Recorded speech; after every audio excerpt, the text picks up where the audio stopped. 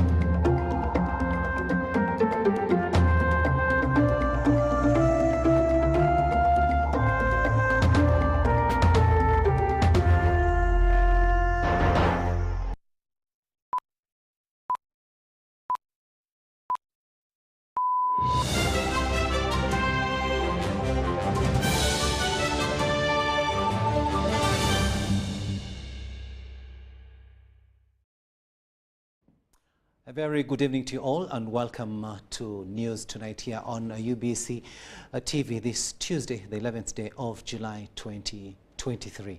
First though, let's have a look at our top stories.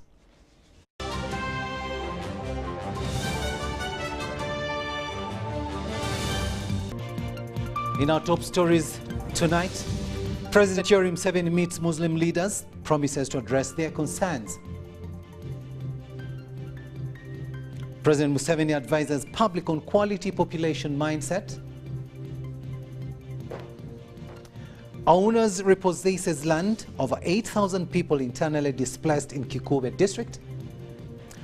And in sports, emotions fill Entebbe Airport as Uganda's best gift, Sebuguzi returns in a wheelchair.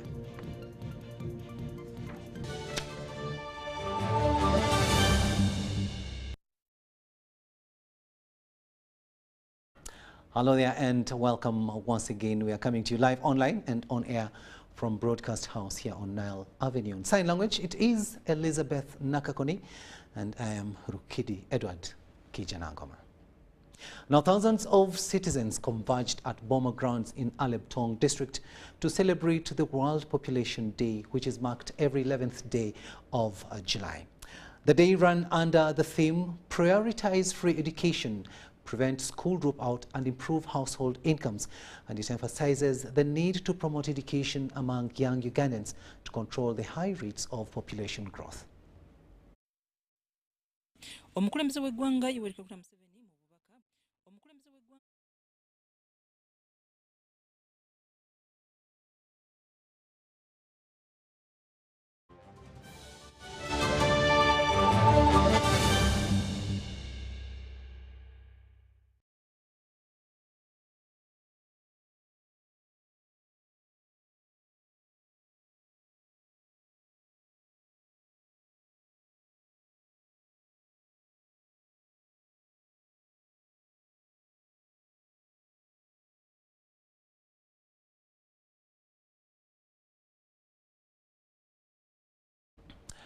We do apologize for that mishap there, but we're looking for that story and we'll give it to you when we get it.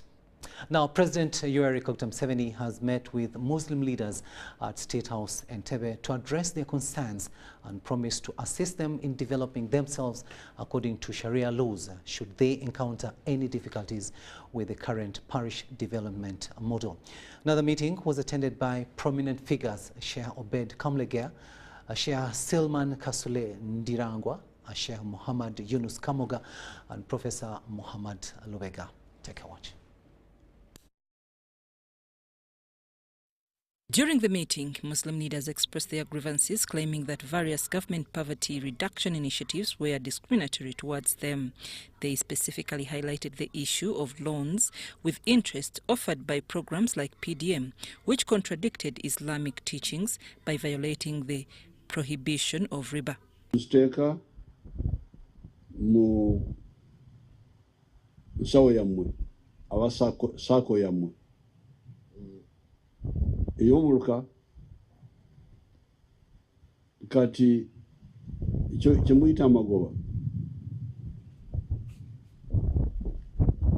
kubanga twabagamba tebasuuka 10%.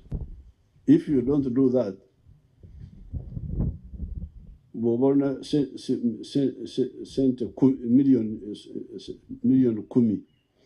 10 omwaka guno n'ogenda n'ogula ekikopo kino, bw'oddayo omwaka ogujja ne million 10 bagenda kugaa nti nedda ekikopo kyalinnya kyeyongeddeko kati leeta 10 n'ekitundu. So inflation eyo munagikola mutya? President Museveni initially explained the benefits of the parish development model and emphasized that the government aimed to combat inflation by setting the interest rate at not more than 10% for PDM funds. Bano bakasiita bano bantu bamwe bakasiita ogwabwe gubadde gwa kusaka basaka Dubai, basaka China, kati byemba mwetolooza wano sente zidde mu Rwanda ate n'okufulumya ebweru. Change direction from importing to internal distribution and export. So those groups can be organized, and they really do that. He clarified that the money provided through PDM was a government grant, not a loan, and belonged to the Muslim community. He shared his disapproval of riba, describing it as a means for the rich to exploit the poor. Gavana b'embuzi ab'endiga bwe batandika okutwala endiga n'embuzi kuzitwala eyo mu Bwarabu, bagenda kwongerako n'ebibala, fruits, avocado. So those groups can be complementary, help one another. Muhammad Yunus Kamoga further elaborated on Islamic principles of profit and loss sharing, which they followed in their financial practices. Trusted this with programs like PDM, where individuals were required to repay loans with interest, regardless of whether they made profits or losses. Sheikh Kamoga explained that under the Islamic model, business owners share 60% of losses, the SACCOs retain 40%. Ed Kamolegeya appreciated President Museveni for supporting the enactment of the Income Tax Amendment Bill of 2023, which cleared legal obstacles for the commencement of Islamic banking products. He also mentioned the drafting of a concept for integrating the PDM with Sharia laws, which President Museveni promised to study. Muslim leaders thanked President Museveni for facilitating the election of Muslim leaders across the country and the establishment of a constitutional review commission to refine the Muslim constitution. They emphasized the importance of mobilizing Muslim families to engage in income-generating activities. President Museveni pledged to support the Muslim community, including backing their goat-rearing projects to increase meat production. Navka Farida reporting there. Now let's go back to that story that we had earlier on introduced, where thousands of citizens converged at Boma Grounds in Aleptong district to celebrate the World Population Day, which falls every 11th day of July. Now the day's theme was prioritize free education, prevent school dropout and improve household incomes, and it emphasizes the need to promote education among young Ugandans to control the high rates of population growth. We have more in this story.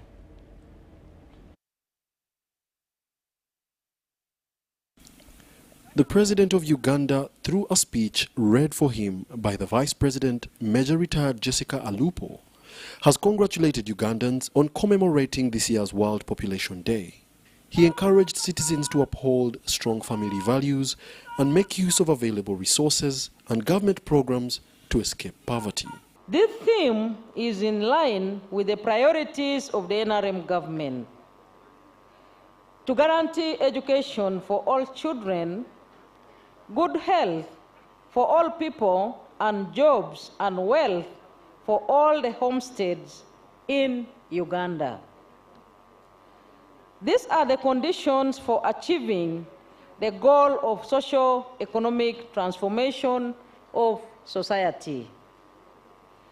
The population must be educated and highly skilled, healthy, i.e., free of diseases, in order to increase their life expectancy and embrace the modernity of working for money in the 4 sectors of commercial, agriculture, industries, services, and ICT.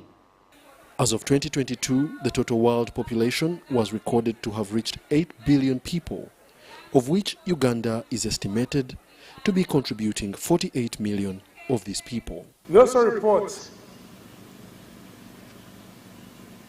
that 80% of the population of Uganda comprises of young people, those that are aged 35 years and below. And indeed, when you see the population present here, the big population is below 35. It is a reflection of the population of Uganda.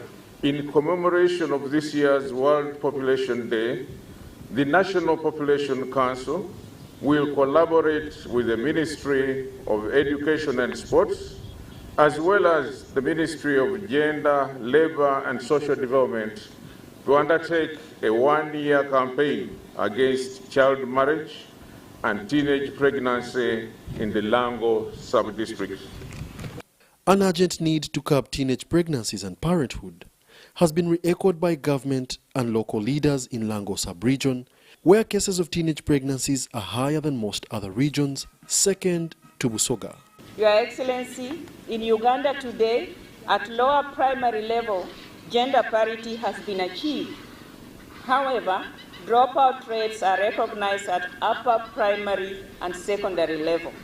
Early school dropout in late primary and early secondary school years stand in the way of many girls to acquire marketable skills and career formation for turning the country's abundant human resource into human capital.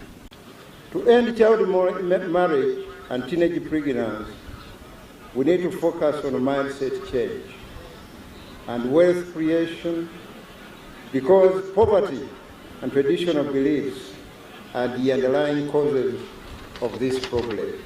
The choice of a Livestock district is a great recognition of the contribution that this part of the country made in the pre and during and the post-independence history of Uganda. School-going children at the event were engaged in mindset activities like question and answer dialogues, fun and games to expose their intellect to all the possible dangers of engaging in early childhood sex. The event was established by the Governing Council of the United Nations Development Programme in 1989. It was inspired by public interest in 5 Billion Day on July 11, 1987, the approximate date on which the world's population reached 5 billion people. Wadulo Makanold, Andrew Sebira, for UBC News in Livestock district. To Kikube district now, where over 8,000 people who had set up camp in the land adjacent to the office of the resident district commissioner in Kikube district are facing a threat of eviction by the owner of the property. Now, these individuals come from 1,889 households in 28 villages of Kasonga Parish, Kyangwadi sub-county in Kikube district. They were previously evicted by the office of the Prime Minister in 2013 on grounds that they were illegally settling on the land designated for the Kyangwali refugee settlement camp. The current owner of the land, which is located next to RDC's office, wants the 8,000 people who were previously evicted from Cheya village to vacate his land for utilization. These refugees had been in a sorry state, having spent over a year and a half in this area. For 1.5 years until last Sunday, when the landlord evicted them and they decided to come to our homes. Some are at my home, where I am today, others are at the home of the area MP, Honorable Kazin.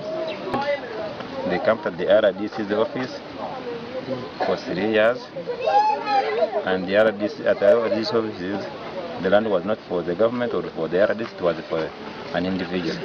Many of them are now seeking shelter and safety in the homes of their legislators, where they have been staying for almost a week. Teenagers here, whom we are seeing among the evictees, teenagers, the youth,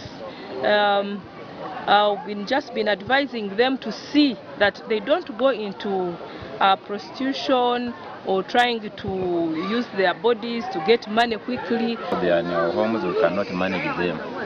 We have seen how they are, the environment they are. We face a very big risk. We have, since they came, we have registered 80 days, and you know when a person dies, what it means. The legislators have petitioned the United Nations High Commissioner for Refugees to ensure proper coexistence between the locals and the Changwari refugee settlement. We are trying to see these people today, they don't have food. We have tried to feed them a few days, but they also don't have food, they don't have where to sleep. If they have taken the responsibilities of looking after the responsibilities of refugees from other countries, why do you create another refugee settlement or another refugees within a country? A person cannot be a refugee within his or her country. In light of the dire situation, a compassionate individual has donated relief items including Kikube District LRDC. Amlan Tumusime is urging the government to find a lasting solution for these people who have already suffered enough. We want to encourage these evictees to remain disciplined, to ensure that they keep law and order. But more importantly, they should not even allow safe seekers to mislead them and make them make mistakes. The evictees have appealed to the government to resettle them.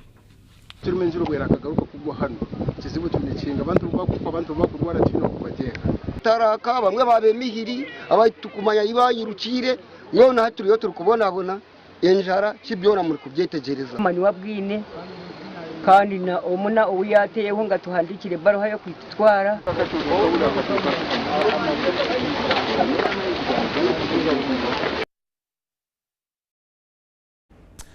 Now, the death of prominent businessman Apollo Nyegamehi and former Member of Parliament Anjiro Gutmoy have resurrected the debate on road usage in Uganda. Parliament has faulted law implementers for failing the road usage policy in Uganda, paving way for an increase in road carnage. In response, the Minister of State for Transport, Fred Byamkama, decries corruption eating up the Uganda driver's licensing system.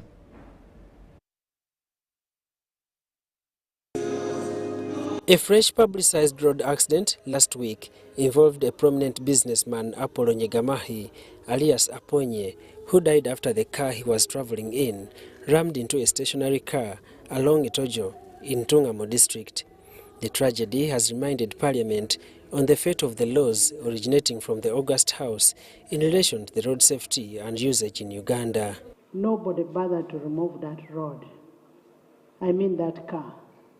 Speaker Anita Mong wants any stranded vehicle to be towed to various police stations at owner's cost to avoid such accident which claimed the life of Aponye. You cannot have those cars parked on the roadside causing accidents. We are losing people and the owners are not bothered. The House faults police and other relevant implementing authorities for failing to operationalize the law against poor road users. Erute South Member of Parliament Jonathan Odu says 30 billion was appropriated to relevant authorities specifically for road safety campaign, but in vain. The Ministry of Finance said that is software. Government has now moved this priority to now tangible things, and yet PDM has components of roads, and you are going to do roads in the villages and you are not going to sensitize people. I am very sure that if this truck, if there was sufficient space on the side, this truck could have been moved by the side to leave the road free for other road users. However, because of the road design that UNRWA and the Ministry of Works have picked up on these narrow highways. This is the reason why if a vehicle gets spoiled, it remains there, and at the end of the day. Claims of corruption eating up the Uganda drivers' licensing system also surfaced as cited by the Minister of State for Transport, Fred Byamukama, and backed by a verbal example from the Speaker of Parliament. Of somebody who learned how to drive within the compound. After learning how to drive within the compound, 2 days later went for a road test, failed the road test. She paid 200,000. She was given a driving permit. And you know, the issuance of driving license, the one who tests a human being is also a human being. But we are designing a system where we are running out from, you come to me, I test you, if I'm friendly, I can sign a document, you pass. We are bringing the automation method where everything will be done digital to an extent. Someone who is awarding you marks, you are not seeing that person, so that to avoid this thing of briberies and looking into the face. A reliable information from the annual crime report 2022 indicate that 61% of all road accidents were as a result of reckless driving, including human error. Daniel Mugoya, Gloria Gwitabinji, UBC News.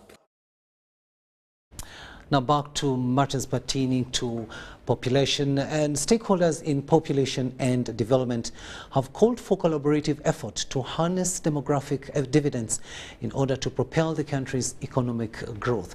The Executive Director, Faith for Family Health Initiative, Jackie Katana, says young people need to be supported to be economically vibrant in the market arena. Uganda has one of the fastest growing populations in the world, with at least 75% of young people. Although rapid population growth is an asset because it leads to more production of goods due to available labor and demand and increased tax revenue, stakeholders maintain that there must be deliberate efforts to improve the quality of the population. We are not saying that having a lot of growing population is bad, but what quality of population do you have? Can you get market out of it? If people don't have adequate resources, if there are no household incomes, definitely the market is affected. Human capital, labor. If people are not educated, are not skilled, what kind of labor are you getting out of them? So we need to strike a balance. Growing the economy, making sure that we have transformed societies, but as well as ensuring that families are able to attain the kind of life that would boost the economy and also the lifestyle that deserves the Uganda. The Executive Director, Faith for Family Health Initiative, Jackie Katana, points out that Uganda's young population needs to be supported economically. Out of that, there is a dependency, because you have now the 60% of unemployed youth, but also remember we have another category of the elderly who are not working. So the us who are working and producing revenue and supporting the economy, we are almost like 20%. And that needs to a number of things. And one is the poverty that we see. Two, the country cannot generate enough revenue. And yet we are putting a lot of pressure to make sure that we get the services. Stakeholders commend the parish development model strategy to address poverty at household level. But the parish model, the way it's designed, the fact that it goes up to the village level, and the structures are supported by our community structures, the leaders, by design is supposed to help us address improving household incomes. But the implementation needs to be deliberate to make sure that these young girls we are talking about who are dropping out of school because they don't have stationery, scholastic materials, because they don't have sanitary pads. The boys are going to drugs, they are going to do odd jobs, should be able to be incorporated so that they gain from the program. So there's need to have a deliberate strategy to reach out to young women, young girls, and young boys. State Minister for Finance and Planning, Amos Lugolobi, says there are challenges facing young people, especially girls, that must be addressed. Our focus is to make sure that the girl child is retained in school there is gender balance, to make sure that opportunities for employment do not leave them out. You know, they are available to compete for these positions. So we want to make sure that we build the capacity of the girls. You know, we must pay to them to make sure that they don't remain behind there the way they used to make sure that they come to the fore and compete for jobs. You know, and that's why we have affirmative action in tertiary institutions. Therefore, government must invest in sectors that improve the quality of the population, like education, health, and agriculture. Adiana Kote, UBC. 27 minutes after 8 in the studios of UBC TV. We'll now take a short break, but return with much more. Do stay with us.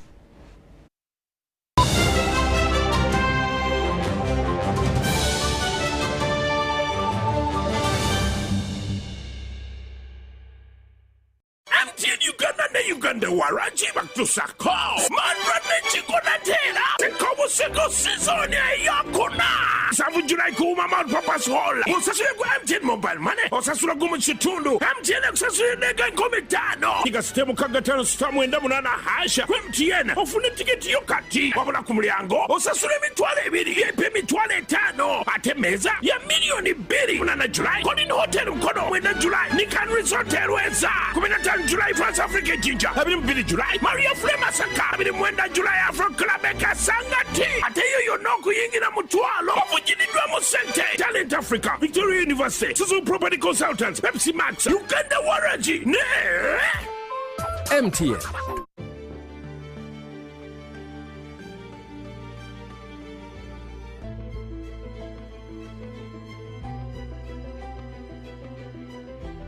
Uganda's oil and gas projects are providing opportunities for Ugandan businesses. Between 2017 and 2022, 40% of the 3,800 procurements worth $4.4 billion were awarded to 460 Ugandan companies. This includes 41 community-based companies that have been awarded contracts worth $2.3 million. In order to be contracted to supply goods and services for oil activities in Uganda, entities must register on the National Suppliers Database. Over 2,300 entities are registered on the National Suppliers Database. Registration is free. The Petroleum Authority of Uganda, creating lasting value in Uganda's oil journey.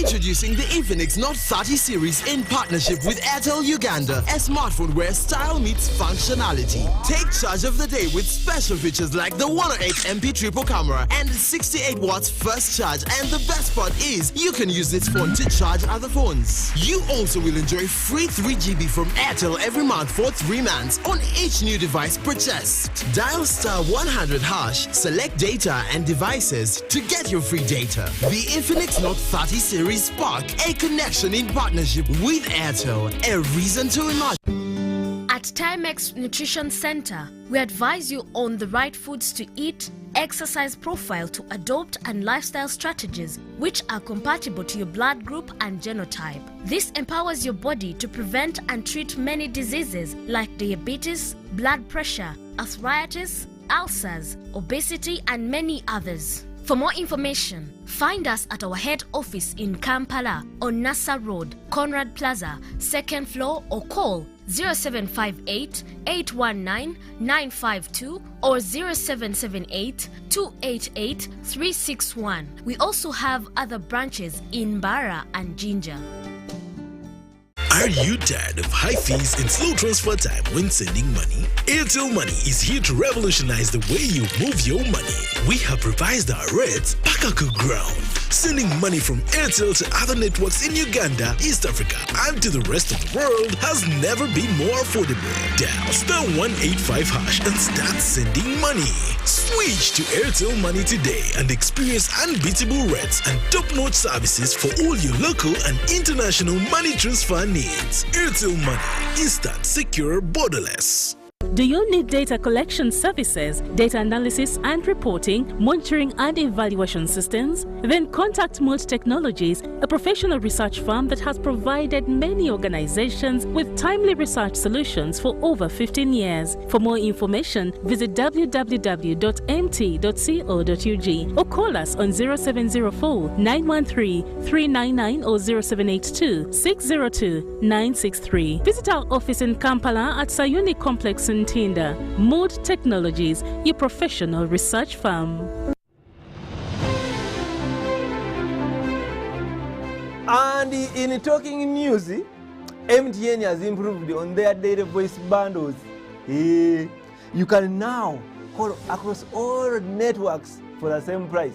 We've talked to several eyewitnesses on the ground, and this is what one of them had to say.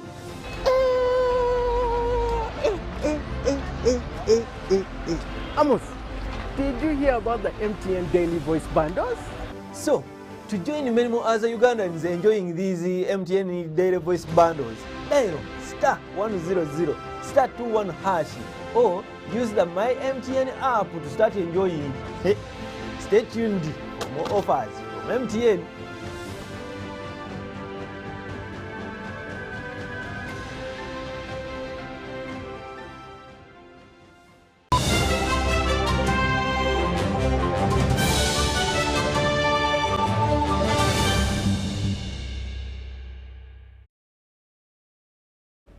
Welcome back from that break, and this is News Tonight here on UBC TV. My name is Rukidi Edward Kijanangoma, and on sign language it is Elizabeth Nakakoni. Moving on now, the Inspectorate of Government plans to train Ugandans to identify and expose all forms of corruption instead of remaining bystanders, as they are the primary victims of corruption. Speaking at a media briefing during the commemoration of Africa Anti-Corruption Day, where Uganda signed and ratified the African Convention on Preventing and Combating Corruption, Betty Kamya, the head of the IG, expressed her office's commitment to mobilize citizens to take the lead in the fight against corruption. As Uganda joins the rest of Africa in commemorating Africa Anti-Corruption Day 2023, a report from a 2021 study conducted by the IG on the cost of corruption in Uganda reveals that the country loses 10 trillion shillings annually due to direct and indirect corruption. Transparency International's research on sub-Saharan Africa shows that the region continues to rank lowest on the Corruption Perception Index, with Uganda's performance falling between 25% and 27%. Betty Kamya acknowledges that Uganda's ranking between 138 and 145 out of the 180 African countries that signed the convention indicates the country's poor performance in the fight against corruption. This is nothing to write home about. It means that Uganda is not doing well at all, and this is backed by also the research that was performed by the Inspectorate of Government, and that is why we must work hard to ensure that we improve these statistics. In the last financial year, 2022-2023, the IG investigated and completed 6 high-profile cases and 108 corruption cases in various ministries, departments and agencies. They prosecuted and concluded 30 cases, resulting in 16 convictions. As a new strategy to combat corruption, the IG plans to involve all Ugandans by providing them with training on identifying different forms of corruption. In the war to combat corruption by enhancing public awareness about the cost and the pain of corruption, and this is intended to stimulate and instigate the wananchi to despise, to detest and to reject corruption. Through several spot checks in schools, hospitals and public offices, absenteeism has been identified as a covert form of corruption, which is attributed to inadequate supervision. Of absenteeism, and but the most important, I think what causes it mainly is supervision. Supervision. We need everybody to up their supervision role. That is why the Inspectorate of Government also we have upped our supervision role and said we are going to up our spot checks. Spot checks which do not require an invitation and where we don't give notice. And Additionally, the IG has established a WhatsApp number 07077211146 for members of the public to share footage and pictures of corruption. It is emphasized that whistleblowers are protected by law and as motivational factor, they are entitled to 5% of the money saved. I'm Nafka Farida and Sana Anet in Kampala. From Kampala, let's go to Nakapiripirit, where authorities in Nakapiripirit district have intercepted and impounded a police truck that was loading bags of charcoal, despite the presidential ban on commercial charcoal trade. The police officer and the truck driver are currently remanded at Namalu Prison in Nakapiripirit district, and the truck, alleged to have come from Bale City, was discovered loading over 70 bags of charcoal in the Kamsalaba area along the Moroto-Nakapiripirit road in Nabilatuk district.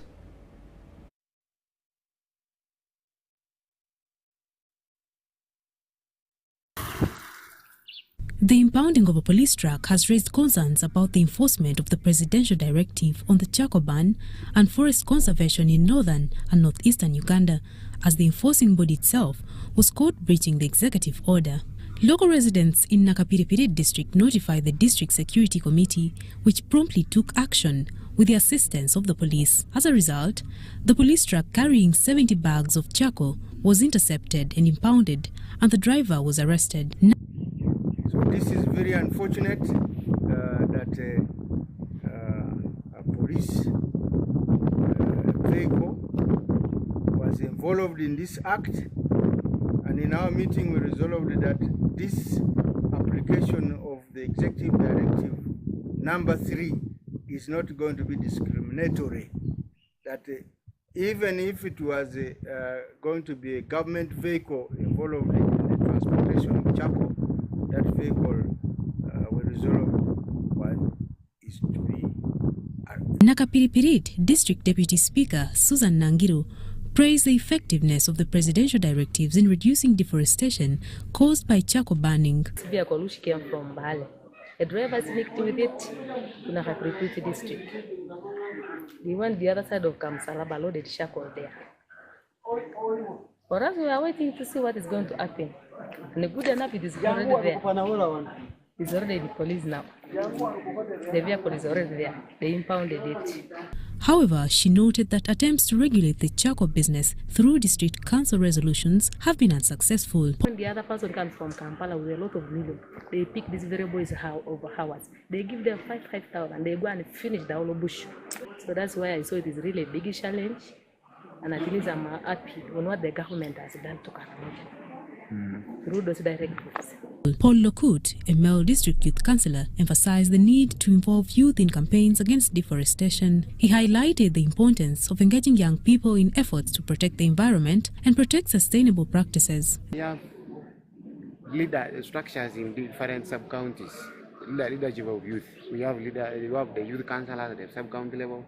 We have the youth chairpersons at the sub-county level, and we have also at the village level, at the parish level, one of the youth leaders in the respective sub-counties of Nakapiripirit to work together and to be not to work and coordinate, this activity either to the RDC, either to a responsible person in that is environmental officer. Regional Police spokesperson for Mount Moroto, Michael Ongole, stated that he will provide further details about the incident after verifying the reports. Mario Nawori and Maureen Yiga for UBC. State Minister for Primary Education, Dr. Joyce Moriku Kaduchu, wants road safety trainings included in the upper primary curriculum to create awareness on road safety. She was launching the Heads Up Child Road Safety campaign at Shimoni Primary Model School. At Shimoni Model Primary School Child Road Safety campaign, pupils narrated a poem about the insecurity they encounter while going and returning from school. The green light go with the load, the red light house, please so. Keep your focus, eyes on attraction, danger to spread. Put away the phone, resist temptation. Lives are safe, save the nation. Motorcycles are cheap means of transport used by school-age going children, although most riders are reckless. It's an initiative to ensure that our children are transported to schools in a safe manner. Whether they go on a border, they put on helmet. Whether they are taken back home, they put on helmet. And it is only when the parents are sensitized and we accept that there is a problem. State Minister for Primary Education, Dr. Joyce Moriku Kaduchu, wants road safety trainings included in the school curriculum to scale down the number of casualties. We are discussing the possibility, for example, the exercise books that is being sold for our children. If we have the cover containing the road safety measures, if we have the textbooks, behind the textbooks, the measures, how best we can promote road safety, that will add value to our children. The Managing Director Vivo Energy, Johan Grobekak, says their target is to reach 50 schools across the country, emphasizing the need for helmets while using borders. We are relaunching the campaign, Minister. And from our side, as Valerie rightfully said, we are aiming 50 schools, but we are also aiming to give out 1,000 helmets to children. We also plea with government, we need to really actually look at road safety and road awareness at school. We need to drive that more. We need to see how we can educate our children. There is also need for regular orientation of border riders to ensure compliance of road safety signs. Study the behavior of these drivers and you will be amazed. No consideration for children. Nothing. Even somebody is hooting, even when the policeman there says stop, they are hooting so that they can even knock these children. So it is the head first on the road. Head first. 6% of your body weight is in the head. For normal head, some of us have bigger ones. You get it. So it is terrible. But once you put on that helmet, chances are that you are going to survive that crash. Beneficiaries of these helmets thanked Vivo Energy, saying they will help them protect their heads from accidents. Mary Namkose, UBC News. Very good advice there to wear that helmet, but also the borders. What happened to that other extra helmet that you're supposed to give the passenger? Over to you. Now, Colonel Henry Serugo, the Deputy Director of the National Leadership Institute, NALI, in Changwanzi, has welcomed the support rendered by government communicators to the institute. Solar panels estimated at 6 million shillings were handed over to the institution in the move to enhance power generation and stability.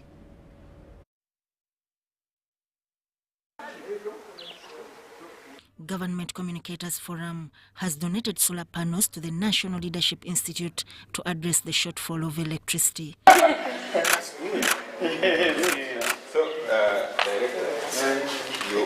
This follows an assessment that identified the need for a National Leadership Training Institute, NALI, to acquire solar power equipment during recent government agency training programs. So we collected money worth 6.2 million. And we decided that what NALI need, we connected with the NALI, with the Changwanzi, to give us advice. What else is their immediate need? That's why we bought this solar. Lead to development and security of the country. Because those are the two key aspects that will help us turn around our country into a middle-income status. The Deputy Director of the NALI, Colonel Henry Serugo, acknowledged that the solar panels shall support them in conducting security duties and training leaders, but they are also facing scarcity of water. To meet their promises. It is not as easy for people to meet their promises and pick from their pockets to give back where they were one time. Therefore, we appreciate a lot on behalf of the director and the entire National Leadership Institute for the great sacrifice that you have given in for that matter. The solar panels donated are estimated at 6 million shillings raised by the association from government agencies. Sudat Kaye and Joseph Muyingo, UBC News.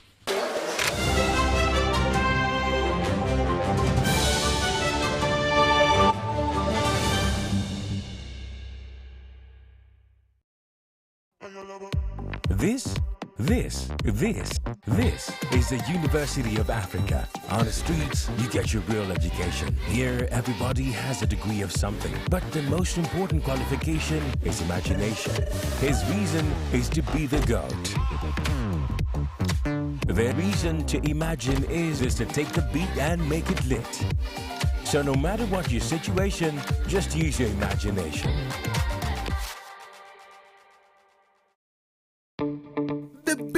The baddest East African Christian Marathon is here. Come participate at the East African Christian Marathon for a prayer run on the 13th of August 2023 at the Lugogo Hockey Grounds. Come represent your family at the prayer run and run for a good cause to build the first call center, which will be East Africa's virtual listener. Come for the prayer run alongside your pastors, leaders, representatives from Kenya, Tanzania, Rwanda, Burundi, Congo, South Sudan, and of course Uganda. Participate with Honorable Captain Mike Mukula, who is the chief runner and patron. Do not miss out on this opportunity. Make your donation for your kid now from 20,000, 30,000, and 100,000 Uganda shillings, because runs change the world. For more details, call 0781 885 055 or visit our website at www.eastafricachristianmarathon.org. Proudly sponsored by PKF, UBC, Venro Health, Aquafina, and Moving Preacher.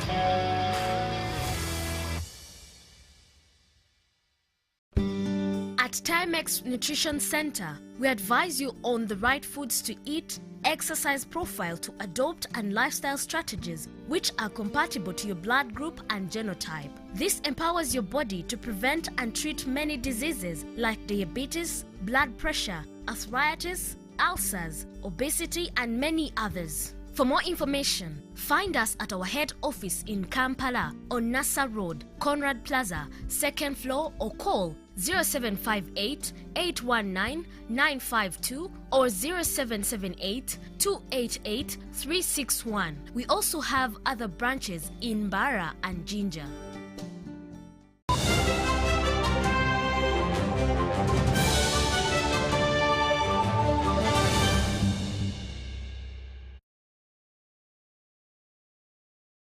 Welcome back. Let's have a look at business news now. Private veterinary officers have trained to train local livestock farmers on improving production, efficiency and parasitic disease control.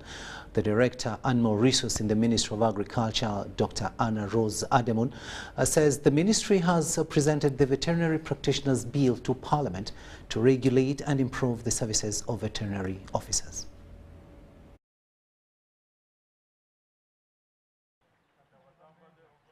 The Ministry of Agriculture, Animal Husbandry and Fisheries has over 16,000 veterinary officers registered, but only 4,000 are professional. To increase the number of professional veterinary officers to handle private livestock, the ministry recently presented to Parliament the Veterinary Practitioners Bill to regulate the veterinarians. The Director, Animal Resources in the Ministry of Agriculture, Dr. Anna Rose Ademun, says when passed into law, the bill will regulate veterinarians. She was closing a farmers' support workshop for veterinary private officers from Central Region on building productive herds at Bukalasa Agricultural College, Luwero District. Therefore, the bill the law which we want to repeal is a law that was looking or regulating only the veterinary doctors or the veterinary surgeons. But after several discussions, we realized that in Uganda, for instance, there are about 1,600 veterinarians registered and known. The project coordinator for veterinary paraprofessionals, Dr. Sylvia Waluka, says the project targeted training trainers of local livestock farmers, where over 80% of them are local, to support them prevent animal diseases. This training started in November 2022, and today is the climax when we are awarding certificates or graduating the first group or cohort that we have trained. The trainees are all veterinary paraprofessionals. This means that they provide animal health services or veterinary related services. Principal Bukalasa Agricultural College, Chisololule, encouraged veterinary officers to support farmers improve livestock production. These are professionals in veterinary services who have trained at various capacities at diploma and certificate levels, who are doing services within the communities in Uganda, but basically these are coming from the regions or the districts within central Uganda.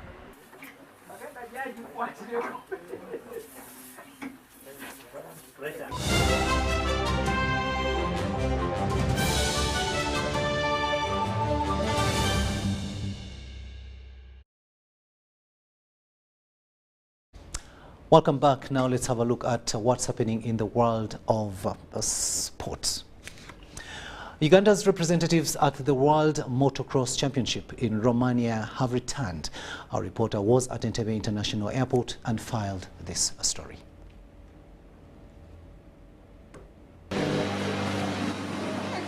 Emotions are filled in Entebbe International Airport at the welcome ceremony of Uganda's team from the World Motocross Championship in Romania. Though there was something to celebrate from exploits by Miguel Katende, one of Uganda's best, Gift Sebuguzi, returned in a wheelchair after breaking both legs and an arm during qualifying. When I crashed in Romania, when I was listing a bike, I felt bad because I knew my dream was shattered. It's okay. It's okay. It wasn't shattered, it's okay. It was not shattered. It was known. It was not shattered. You're still gonna live that dream, okay? Yeah, it's all right. Next year is your year. You've done a lot, man. You have done a lot. Courage up and talk. Next year is your year. Yeah. There is always another gift to fight. It's okay. It's already a gift. Next Yeah. year. I felt Next year. bad, but I hope to perform better in the next one. Beautiful. And indeed you will, eh? It was Uganda's first ever representation at such stage, where Miguel Katende finished 36th amongst the world's best, while Jonathan Katende didn't qualify to the final. Because I had qualified, and I just paid bills.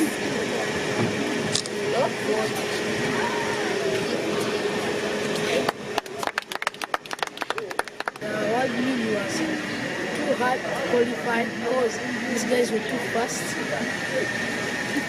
That's why they were calling me faster. I failed. And I started praying. That's why they called me faster. This has been our first time to compete in a World Cup of junior riders. And one of our riders finished 36th in the whole world. So I congratulate everyone, and I thank all the parents, sponsors, FMU, and of course the government for making this trip possible. Of course, at UBC we say get well soon, a Gift Sebuguzi. But to others, focus is on the Motocross of African Nations Championship in South Africa next month. That's all we had time for. Thank you so much for having kept us company. Elizabeth Nakakoni has been on sign language, and I'm Rukidi Edward Kijanangoma, wishing you a blessed night.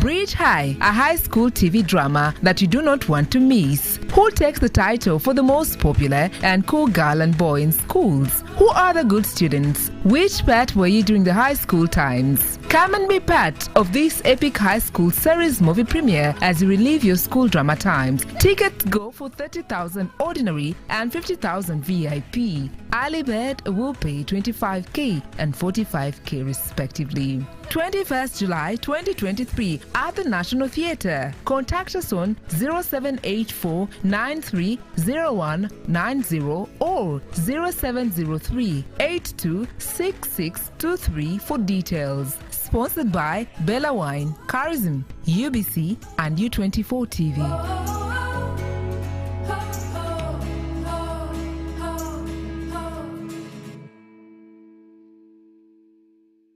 A new dawn on Behind the Headlines with me, Timothy Nyangweso. Every Wednesday, live in our studios in the heart of Kampala, we have conversations that have analysis, explanation, but not every truth is fact and not every fact is truth. Every Wednesday, 10 p.m. on your public broadcaster. All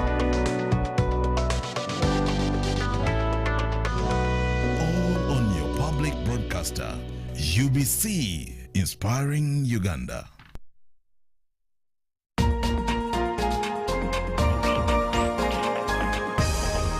This week on UBC.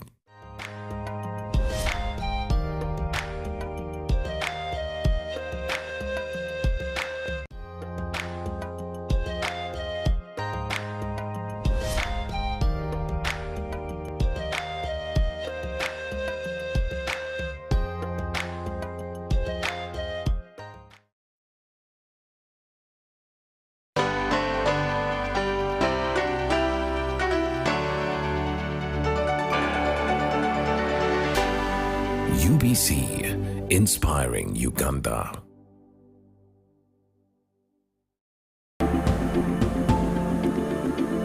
Gulu City Market lies in 4 acres of land with a population of about 4,000 registered market vendors who are doing business in this facility.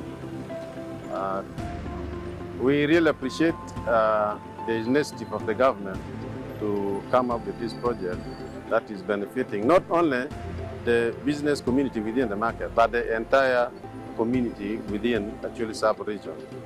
When you look at the market previously, the market used to be not like this one. With the market vendors, they used to sell under papyrus reeds.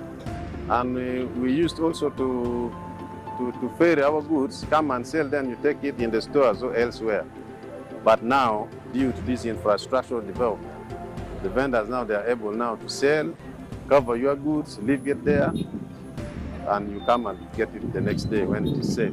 The safety of our goods and the convenience of doing business has improved greatly. That makes the local community very, very, very happy when they are doing business in the market now. I want to appeal to my fellow vendors and the community of the entire Chile sub-region that we need to embrace and support the government so that they continue also bringing us more development in our region.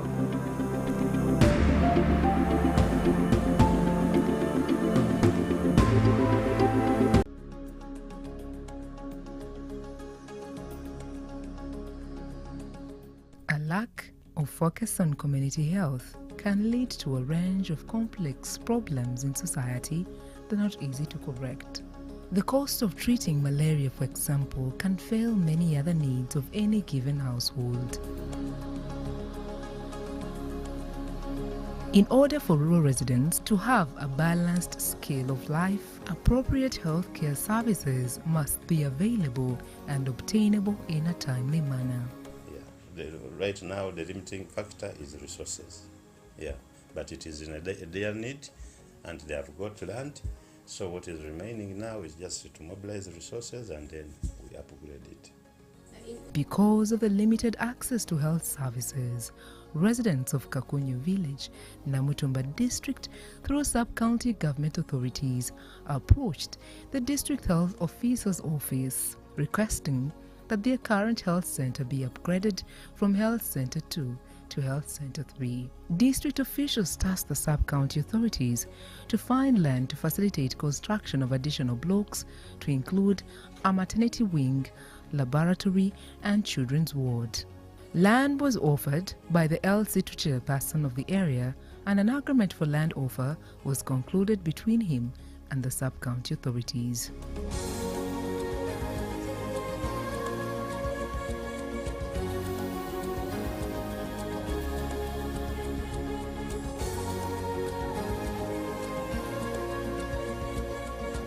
With the help of Twaweza East Africa and NGO Forum through local change agents, residents reached out to the area MP for support.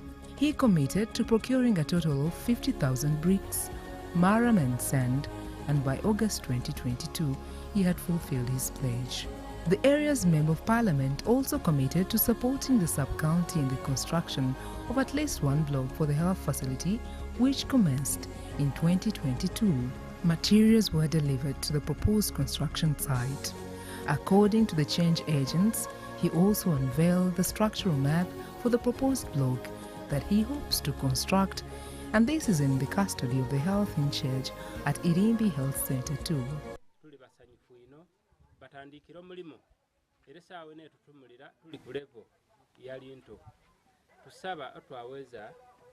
Nokwongera okutusomesya obutera abo abali kutuyambaku okubanga tusobola basobola okukola ekizimbe kino kibenga kituuka ku mutindo gwe tuli kutaka, ng'era tusaba ama n'omukono gwa gavumenti boona basobola okuyiza gye tuli tubakobere nti bwetaavu ni bubuno. As citizens, we can step up to the plate for our community's health. The collective responsibilities that we have for our communal health can lead to positive interactions within the community as a whole.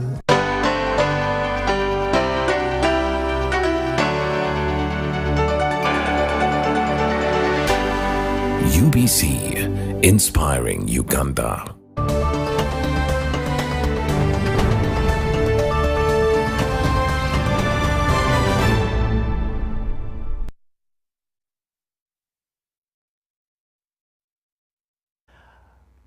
Good evening once again, and you're still watching UBC TV, and it's time now for us to have a very, very important discussion here in our auditorium, and we're going to look at war on corruption. And today, the 11th of July, is actually the day, the African Anti-Corruption Day.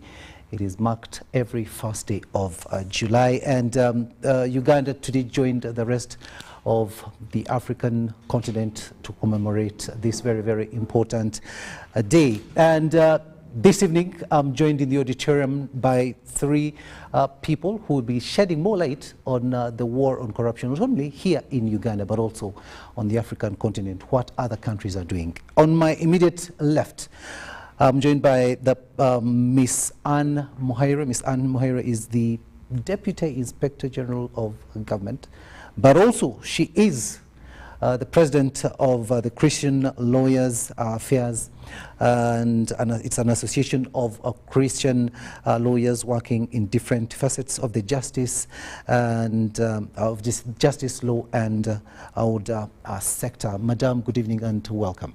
Good evening. Good evening, viewers.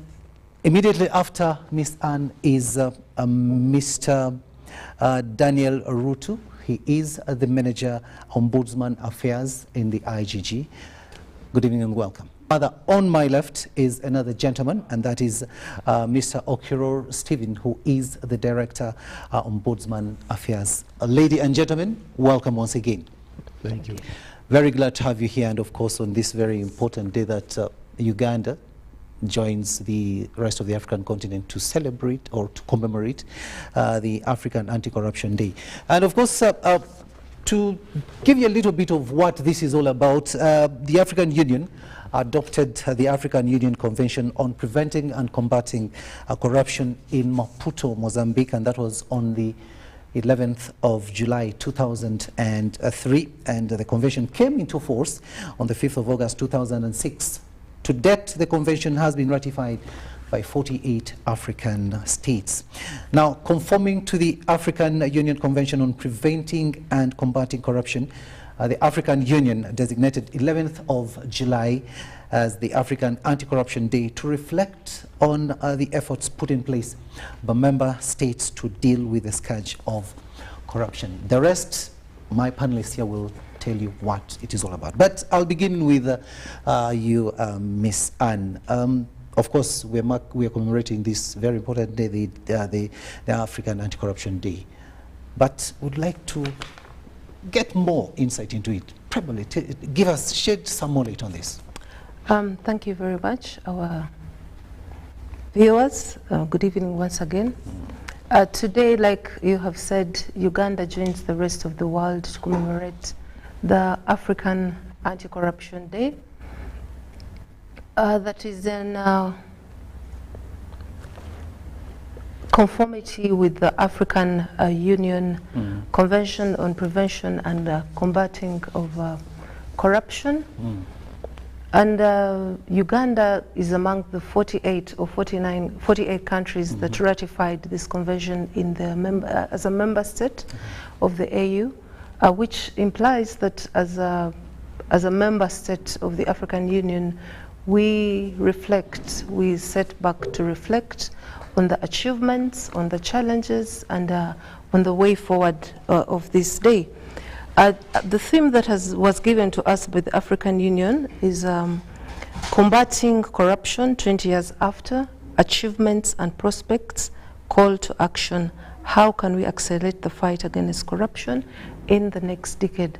So we sit back, reflect, and think about what has happened, what can be done, or what should be included, or what strategies are in place, what strategies need to be reviewed, or what more the different countries can incorporate in the fight against corruption.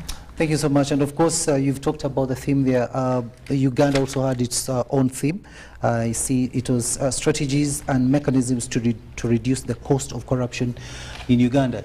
Now, a lot has been done by government. There are so many, not so many, but those organizations that are in place today to fight corruption. We would say that by now, we would not be having stories of corruption in this country. But I'm afraid, and I'm going to be blunt, that the story is different. Even today, we had the IGG at the media center.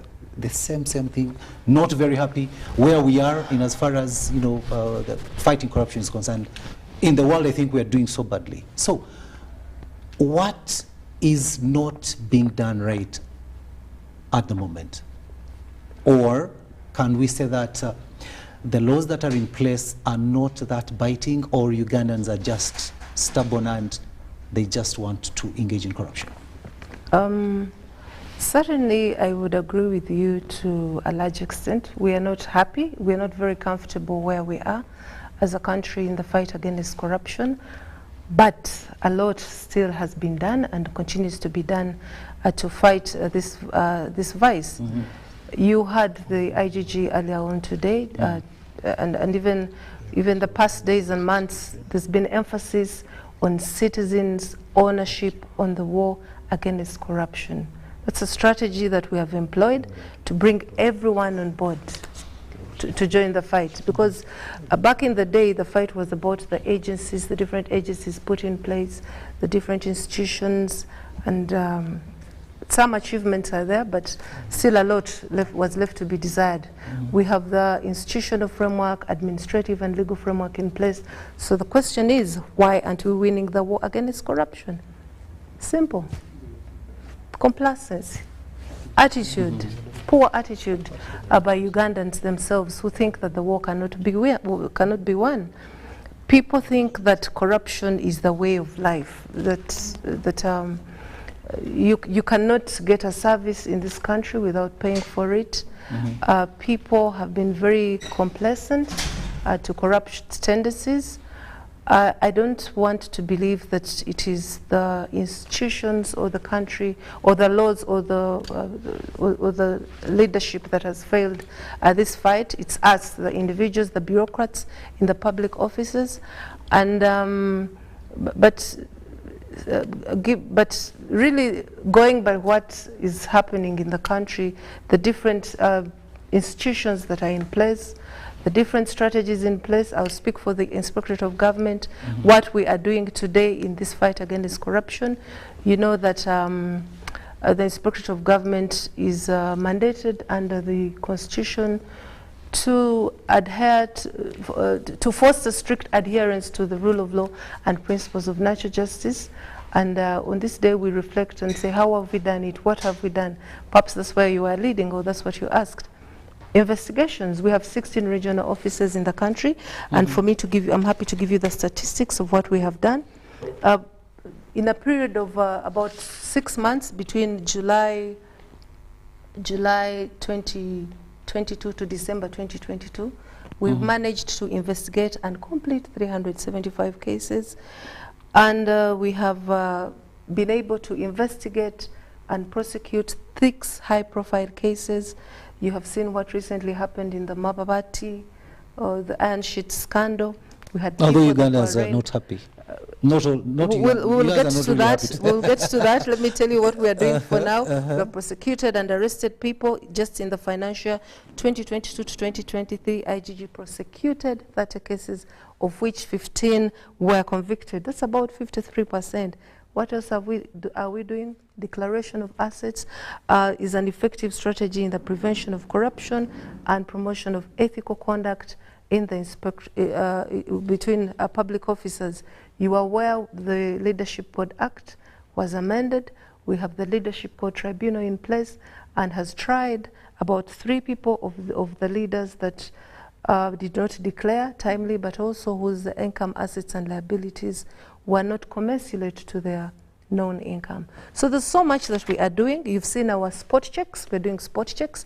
Back in the day, the Inspectorate of Government sat and waited for the citizenry to bring cases to them. But now we go out of our way to look at how how services are being delivered. You have seen the IGG at NMS. You have seen us in different parts of the country. So we are. These are some of the strategies that we have employed, among others, among many others. Okay. And therefore the fight is still on and it's yet to be won. Yes, thank you so much for that. You really touched on something that I was going to ask later on. But now, Steve, you're the director of the Ombudsman. You are the director of Ombudsman's affairs, and she has touched on something, and that is the cases that have so far, been tried. But the general public doesn't feel that. The general public is like, there's nothing much that has been done. They are looking at, we've always talked about the big fish. They say you're going for the small fish in fighting corruption. Thank you very much, Edward, for that. Maybe before I get into that, let me first respond to the issue you asked the IGG, that we are not having corruption eliminated, even despite what we are doing. I thought probably that is an overstatement, because even in developed economies, very developed economies like the US, the UK, there is still corruption. But someone will say that is US, this is Uganda. Yeah, but that does not mean we are condoning it. I only want to give you perspective that we are doing what we are doing as an institution to eliminate as our mandate by the Constitution. Having said that, you are asking me that it is said we go in for the small fish. Maybe I can, at this point, also give you a perspective that at the beginning, they would say the Inspectorate of Government is a barking dog. It's barking, you're not biting. And then they improved it on and said, now when we are biting, they are saying they are biting only small fish. If you remember, at some point, when we beat a big fish, they would say we are biting selectively. So you find that public will always have something to say, because they want us to do more. And we don't take it in bad faith, because we have a duty, to ensure that the public gets the services they are supposed to get.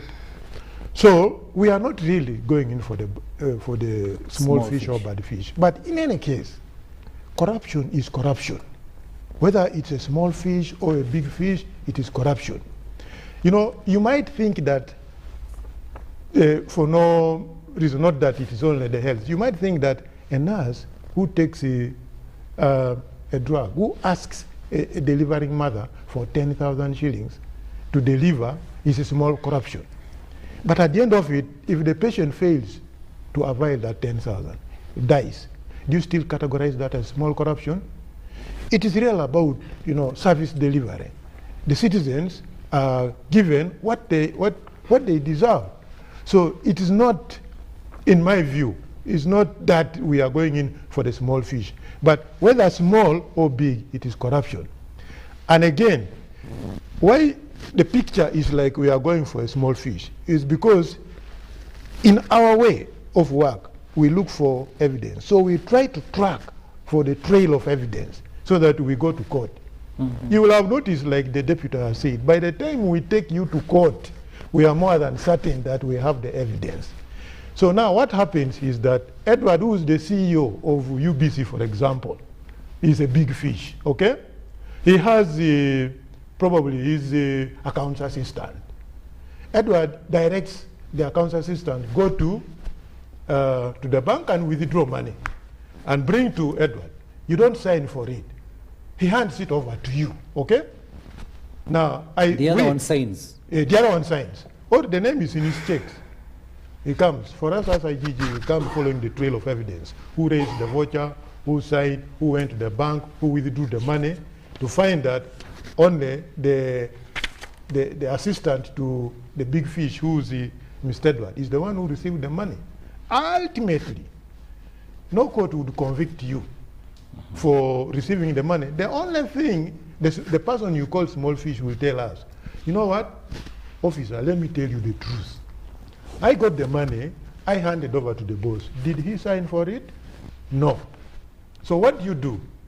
You stop at that. So it's not that we are not getting the big fish. It is that, the big fish are actually very slippery. And we have to use other methods.